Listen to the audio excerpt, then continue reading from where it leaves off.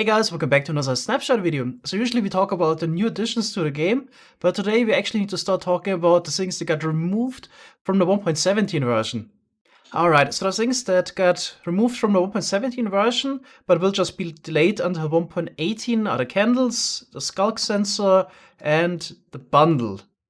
Those things will be added to the game later. Also, the crafting recipe for the candles and the bundle got removed. The Sculk sensor never had one in the first place.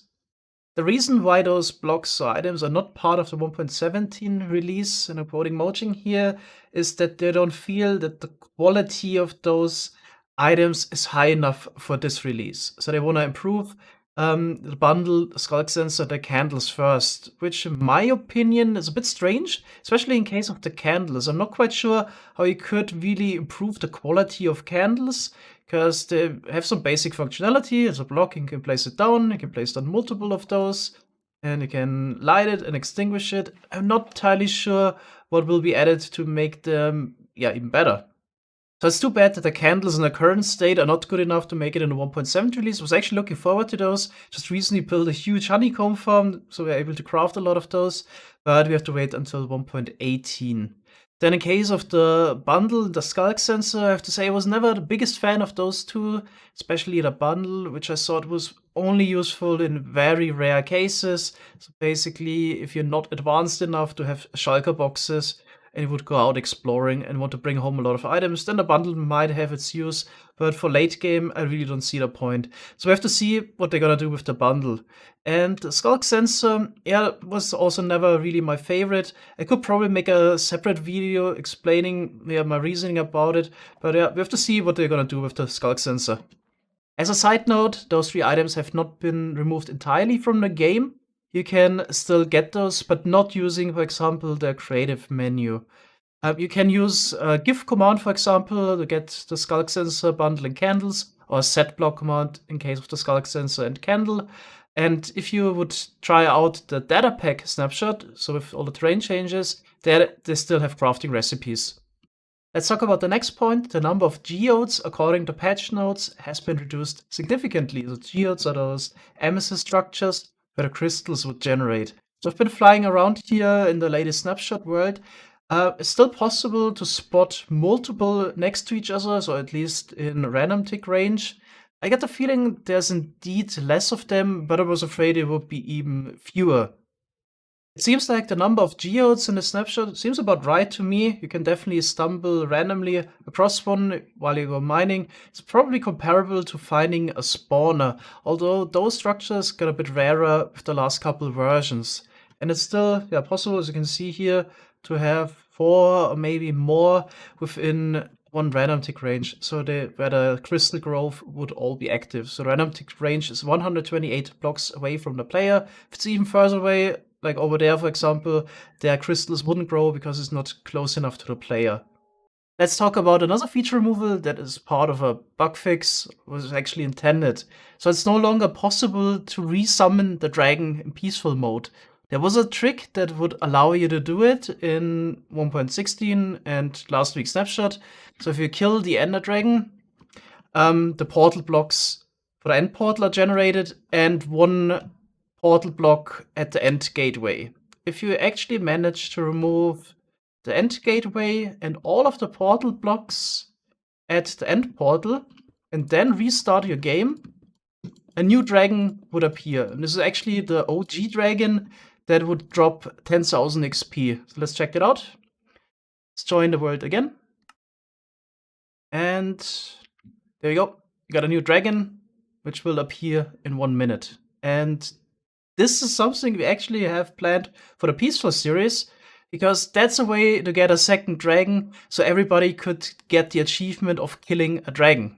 So that's definitely something we have to do before we would update to 1.17, since this is no longer possible. You can't resummon a dragon in peaceful mode because you don't have access to any of the end crystals, because those require ghast tears to craft. There's no other way to obtain those end crystals than getting ghast tears, and you can't get those because ghast don't spawn in peaceful. Just for the people that are wondering if we could push the existing end crystals on top of the end portal structure, this wouldn't work because the check to resummon a dragon is only active if a player places down an end crystal. So this also wouldn't work here. But let's also talk about some of the features that got added in the snapshot. You can use leads on Squid and glow Squid now. But of course they need water. Probably shouldn't have done that. So let's actually see if this would work while you ride a boat. If you can drag the squid after you. Of course, only for science. Let's see. No, the lead would break. The ability to put a lead on a squid was added after somebody made a bug report, and it was marked as a bug. But I'm not quite sure what the criteria for leashing an animal are. For example, I still can't put a lead on a cod, for example. Then we also got more great news. The maximum amount of characters you can put on an item using the Anvil has been increased from 35 to 50. So this gives me the chance to put some of my favorite German words on a sword. So for example, here we got Donau-Dampfschifffahrtsgesellschaftskapitän. And this would now fit on a sword. Check it out. There we go. It's the name of my sword now. Unfortunately, there's still not enough space for some of the other German words. For example, we want to put Rindfleisch-Etikettierungsüberwachungsaufgabenübertragungsgesetz on my X. I still couldn't. That's actually not good. We also got some more technical changes. Some of the new blocks got new tags to indicate which is the correct tool to mine them. So if you look at the sand here, it has a mineable/shovel tag. That means you can mine it faster using a shovel. Then here, for example, the shroomlight has mineable hoe, mineable X for the planks, and pickaxe for the stone, of course. But some of the blocks that have a tool that allows you to mine them quicker, for example, the wool here, which you can actually insta-mine using shears for efficiency, don't have a mineable shears tag. Or for example, a cobweb where the sword or the shears are the correct tool also don't have a tag. Here's something else that I just found out by accident. This must have been changed in one of the previous snapshots without any mention in the patch notes. Vines can now be instant mined using efficiency spheres. I just checked again in 1.16.5, this wasn't the case yet. And I know this because in one of the previous Peaceful series episodes, I was making a vine farm and tested all of this. The actual tool for the vines is, you can also check it here now, is the X, which allows you to insta-mine the vines, but it didn't drop an item. But it seems like the shears also have been added as an appropriate tool. Seems like normal shears are not quick enough. Can maybe quickly try to give myself efficiency. Haste. In order to see if this would be enough now. Haste for a second. Nope. So I need at least efficiency shears in order to insta-mine vines. It's actually a bit tragic now that we're finally able to insta-mine vines. They're not as relevant anymore because you can use moss instead in order to make a mossy cobblestone block. You can still use the vines, but I think it's easier to farm the moss block. I think the addition with the mineable pickaxe tag for the blocks was added as a reaction to last week's snapshot when they actually goofed it up, and it was incredibly hard to mine the infested stone blocks. So you needed basically perfect pickaxe efficiency 5 and haste 120 to insta-mine those blocks. Now they actually changed it. So in last week's snapshot, they also doubled the mining time for those blocks. Now it's halved compared to normal stone blocks. So it's easier to mine those blocks. Additionally, they have the pickaxe as a tool again. So if you go mining in an extreme hills biome, for example, and you would come across those blocks, you can insta-mine those without haste. Just the case here. You can mine those a lot quicker than the other stone blocks. We also have to talk about a really interesting bug fix. So there was an issue that a copper rod could stay powered if it's moved as soon as the lightning would strike it. So we can recreate it real quick using channeling trident. So we hit the lightning rod, then it will power the piston and move it out of the way. Okay, let's remove this here. Let's change to clear weather. And this was interesting because this acts like a normal redstone block. So it powers all the blocks around it. And additionally, it also strongly powers the block it's pointing into. So like this piston here. And that's something unique we don't have in the game yet, right?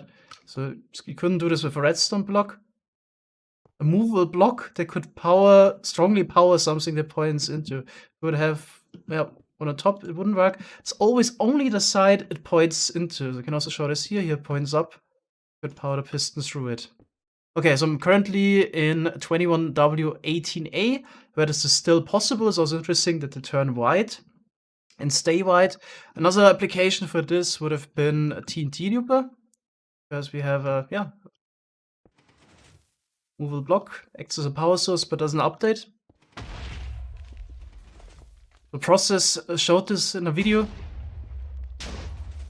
Would have been really interesting TNT, but that has a lot of downsides. Obviously, if lightning would hit the rod again, then it would stop to work. So let's check it out in the current snapshot version. If you manage to create those, in the old version, then they would turn normal once they get moved. As long as they're stationary, it seems like placing blocks next to them doesn't seem to change much. It is kind of interesting.